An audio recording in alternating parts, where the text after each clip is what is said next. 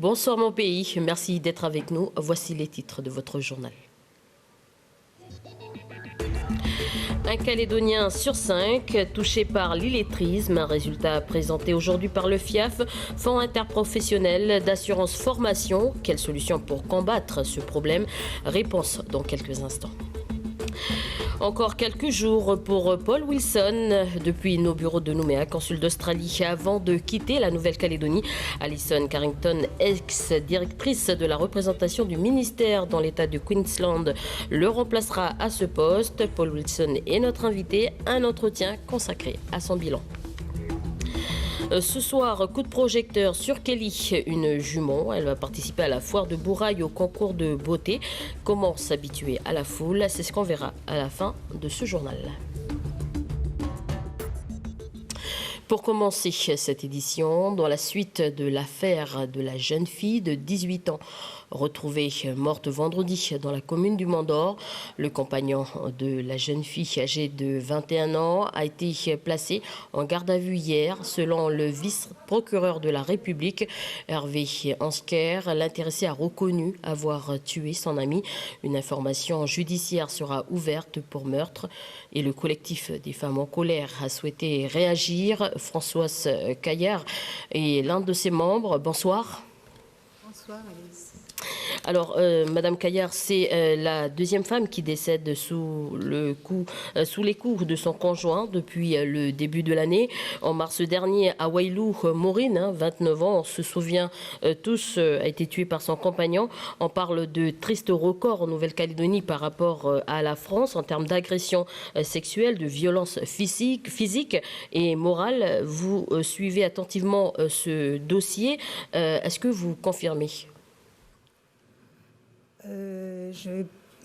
En l'état, je ne peux dire que le chiffre qui a été donné en 2004 à la suite d'une étude, 19% de femmes effectivement sont victimes de violences conjugales, ce qui place notre pays en tête de tous les pays français d'outre-mer, devant même la France métropolitaine, donc en tant que pays extrêmement violent à l'égard des femmes. Alors, les femmes en colère, vous avez interpellé en 2018 les élus du Congrès. Un plan avait été abordé. Où est-ce que ça en est, ce plan ?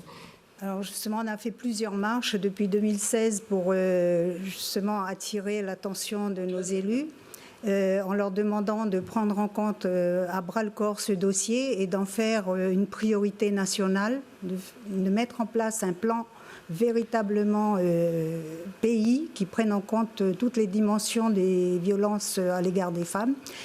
Et on a été entendu l'année dernière. Un projet de vœu a été déposé par l'élu en charge de cette question en décembre. Et entre-temps, il y a eu un changement de gouvernance, si je peux dire. Et depuis, le projet est dans les tiroirs. Donc, on va essayer de voir pour rappeler à leur mémoire qu'il y a un projet de vœu au Congrès. Alors, vous pensez que les institutions du pays ne font pas assez pour les femmes en Nouvelle-Calédonie ? En tous les cas, ce que l'on constate, c'est qu'il y a énormément de violence et que, bien sûr, qu'il y a des choses qui sont mises en place, mais certainement qu'il y a encore beaucoup à faire, et notamment en termes de prévention.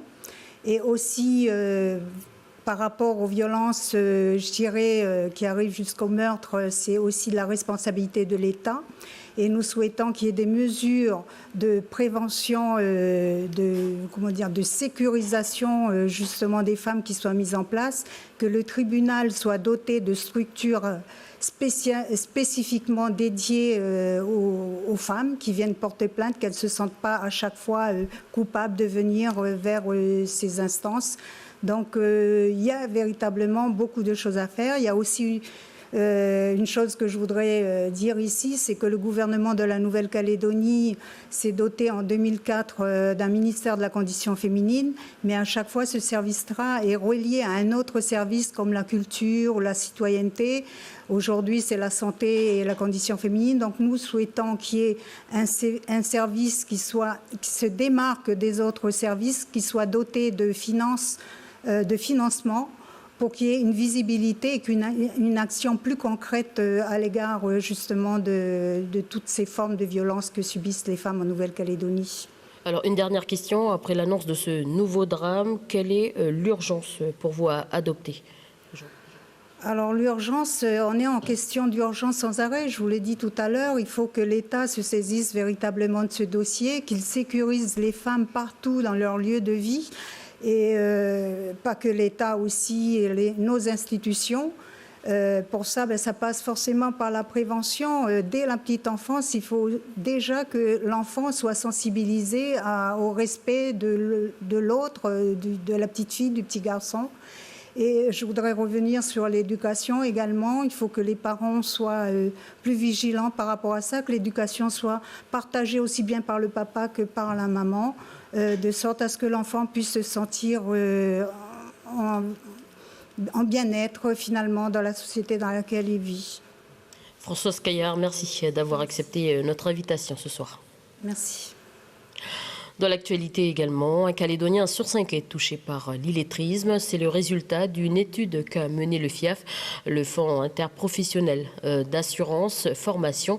Des chiffres présentés ce matin dans un hôtel de Nouméa. L'étude se base sur une enquête menée en février et mars auprès de 74 entreprises représentant 6 703 salariés. Des pistes pour combattre ce problème ont été proposées aujourd'hui. Faustine Lefranc. Illettrisme, à ne pas confondre avec analphabétisme. L'analphabétisme concerne des personnes qui n'ont jamais été scolarisées. Quant à l'illettrisme, il touche des personnes qui ont été scolarisées, mais qui ne maîtrisent pas ou plus les savoirs fondamentaux, lecture, écriture, calcul. Un Calédonien sur 5 est victime d'illettrisme. Un chiffre qui, selon l'étude du FIAF, concerne l'ensemble des 3 provinces. Tout le monde est concerné. Il n'y a pas de profil type. Un chef d'entreprise comme un étudiant peuvent être touchés. Parmi les 18% d'illettrés en Nouvelle-Calédonie, 47% sont en activité professionnelle, c'est-à-dire une personne sur 2.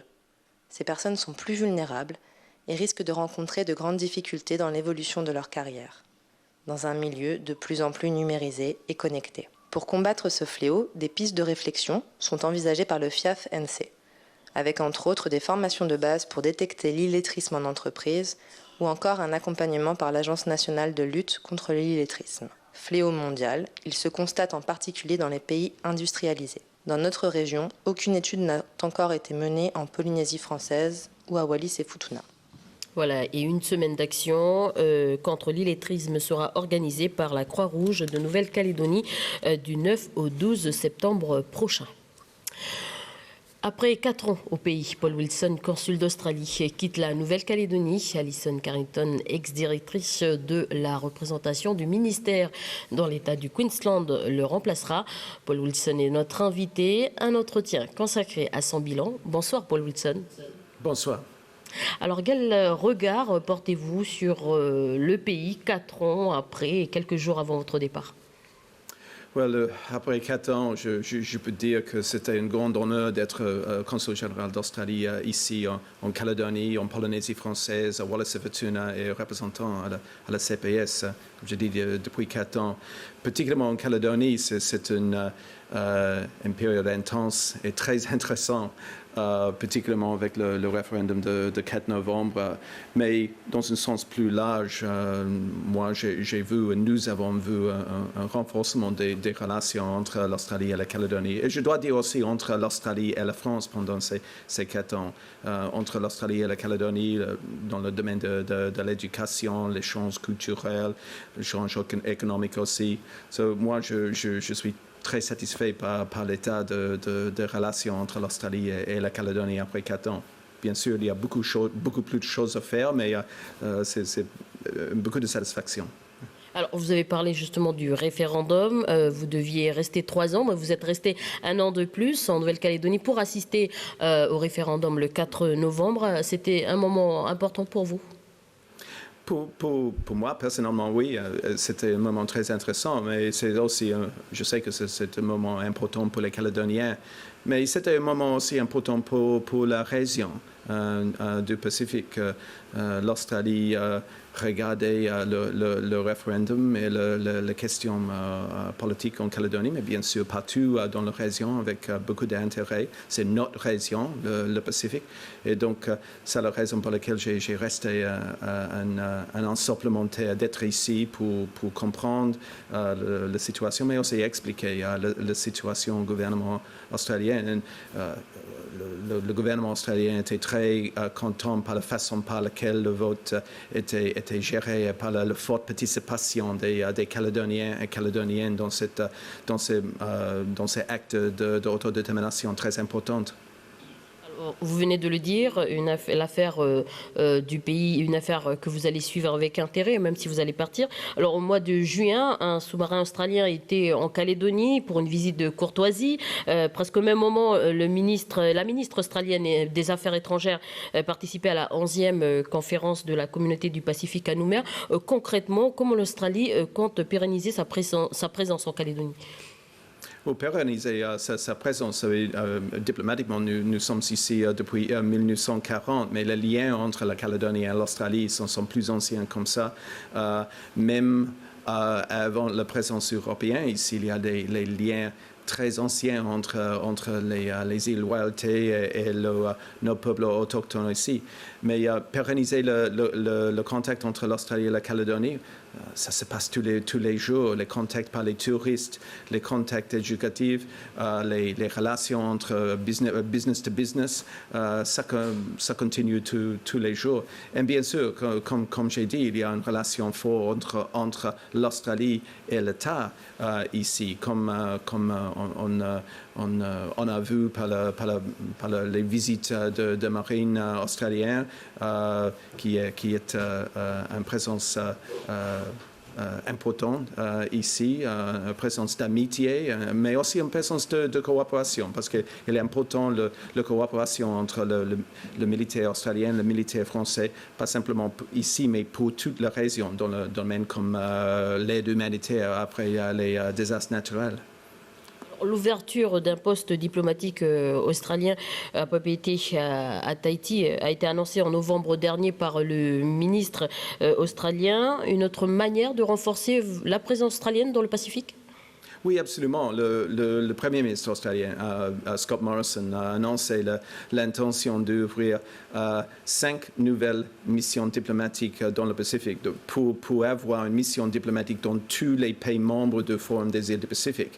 Bien sûr, nous avons une mission diplomatique, le consulat général ici à Nouméa, mais étant donné l'adhésion de la Polynésie dans le Forum des îles du Pacifique, il est important d'avoir un consulat général d'Australie là aussi. Donc nous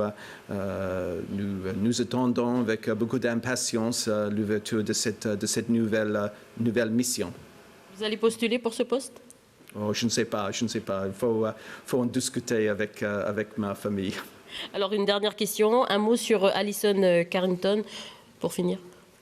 Well, Alison Carrington est une diplomate de qualité qui parle bon français. Comme vous avez dit, elle était chef de notre bureau, c'est-à-dire le bureau du ministre des Affaires étrangères à Brisbane récemment.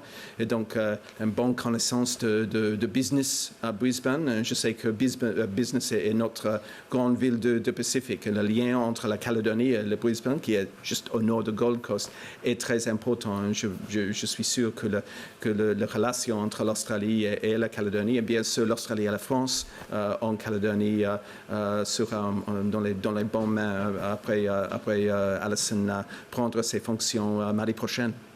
Paul Wilson, merci d'avoir accepté notre invitation et bon courage pour la suite. Merci beaucoup.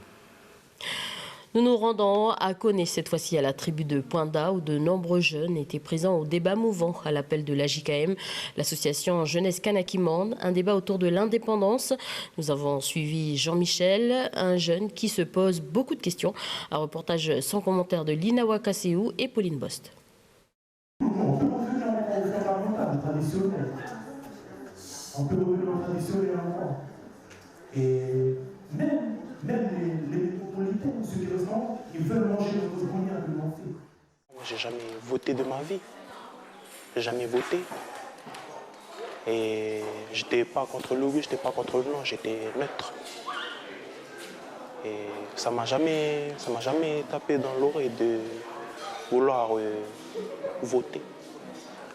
Parce que j'ai toujours entendu que si on vote oui, ça va être pas bon, si on vote non, ça va être pas bon. Et moi, j'ai fait... Normalement, on a un devoir civique, c'est vrai, mais je n'ai pas fait. C'était ma décision, moi, depuis que j'ai eu ma majorité jusqu'à maintenant. La revendication culturelle, ça veut dire que les Kanaks, ils ont une culture, ils ont une identité, ils ont voilà, de l'art, ils ont des chants, ils ont tout ce qui est une civilisation. Au même titre que la civilisation américaine, européenne ou chinoise. Voilà. Les jeunes, ils sont arrivés, on leur a posé la question et on leur a dit, c'est à vous de parler, c'est pas à nous.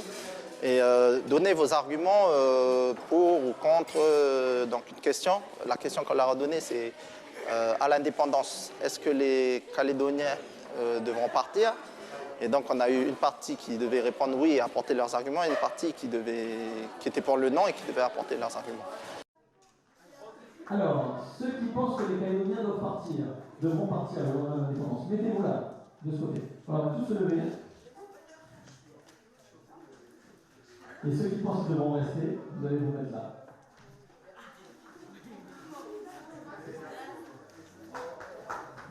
Il y a le fond, il y a les idées, mais moi, ce que je trouve important, c'est de leur apprendre à débattre. Donc, j'ai trouvé l'exercice intéressant. Au début, les jeunes, c'est comme ça un peu chez nous, hein, les jeunes sont timides, ils n'osent pas parler. Et après, ça met un peu de temps, après ça sort.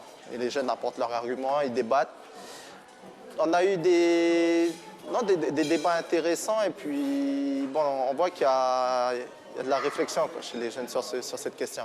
Premièrement, je suis de Marie et à Marie, nous on a l'autonomie aussi. Voilà. On sait faire des livres, on sait planter, on sait planter. Comme policier, il faut que juste que vous preniez ces choses-là, c'est tout. Voilà, j'ai réussi ça. Grâce à ce carrefour, j'ai pu comprendre quel est le contexte de ce pays. Pourquoi je vote, maintenant je sais pourquoi. Et là je vois maintenant que c'est très important d'aller voter. Non seulement pour le pays, mais c'est pour avoir notre indépendance aussi. Passons cette fois-ci à notre feuilleton. Kelly Jument participera au concours de beauté à la foire de Bourail. Elle commence sa journée par un entraînement aux courses de stock, ce qui lui permet notamment de se muscler pour ce fameux concours, mais aussi pour les prochaines courses. Le reportage d'Océane Dacunha et Océane Zoubler.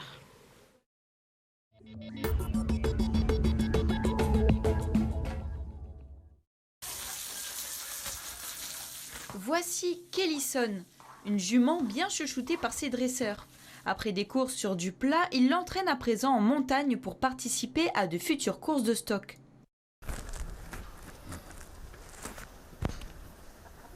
Et elle fait ça à peu près 1 voire 2 fois par semaine, sinon c'est du trotting. Hein. Elle fait beaucoup d'extérieur. Son état général, on voit bien qu'elle est musclée, elle a le dos bien musclé. Elle souffle pas, elle est en bonne condition physique. C'est un attachement aussi personnel à cette jument. Voilà. Pourquoi du coup? Parce qu'elle a grandi à la maison, elle est très, très possessive, très câline. Donc voilà, c'est le gros bébé. On attend de voir les premières compétitions pour voir réellement ce qu'elle va donner, quoi. Elle est à l'apprentissage, elle apprend bien. Pour le moment, j'ai pas à me plaindre. Donc voilà, on verra bien. Ce sera la première participation de Kellyson à la foire, mais pour une première, afin de l'habituer à la foule, elle fera d'abord le concours beauté. Ce sera seulement à Koumak que cette jument se lancera pour les courses de stock. La première ouais, pour elle. Elle va découvrir, elle va... Après, à cheval, quand il est tout seul sur un parcours, en général, ça se passe plutôt bien. C'est souvent au contact des autres que ça peut être plus difficile. Donc ouais, Bourail, ça sera un test et après Koumak derrière encore. Ouais. Et ça va pour l'instant, elle a bon caractère avec les autres? Ouais, on va dire ça comme ça, ouais. Mais il faut pas qu'ils aient trop un bon caractère avec les autres. Au contraire, il faut qu'ils soient plutôt gagnants. En course de stock, il y a du contact et au moment du contact, il faut qu'elle mette du caractère un peu. Et c'est vrai que pour nous, Calédoniens, le fait déjà d'être avec le cheval, voilà, c'est presque une victoire, quoi. Le fait d'aller participer à ces manifestations-là, c'est une victoire. On fait connaître notre bête, bon voilà, on développe, et puis derrière nous, on a les gosses qui suivent. Donc c'est aussi une fierté pour eux de voir leur père, leurs parents à cheval, tout, avec les bêtes, et puis ils sont dedans, donc on les pousse à continuer avec nous, et donc voilà, nous on ne peut pas arrêter. À la foire de Bourail, en plus des courses de stock, vous pourrez admirer l'équitation western et les jeux équestres avec le barrel race et la maniabilité du fouet au carré de rodéo. Voilà, et demain, dans la suite de notre feuilleton, nous irons à la rencontre des petites mains qui s'affairent aux derniers préparatifs de la foire de Bourail. C'est la fin de votre journal. Merci de l'avoir suivi. Je vous souhaite une très bonne soirée en notre compagnie.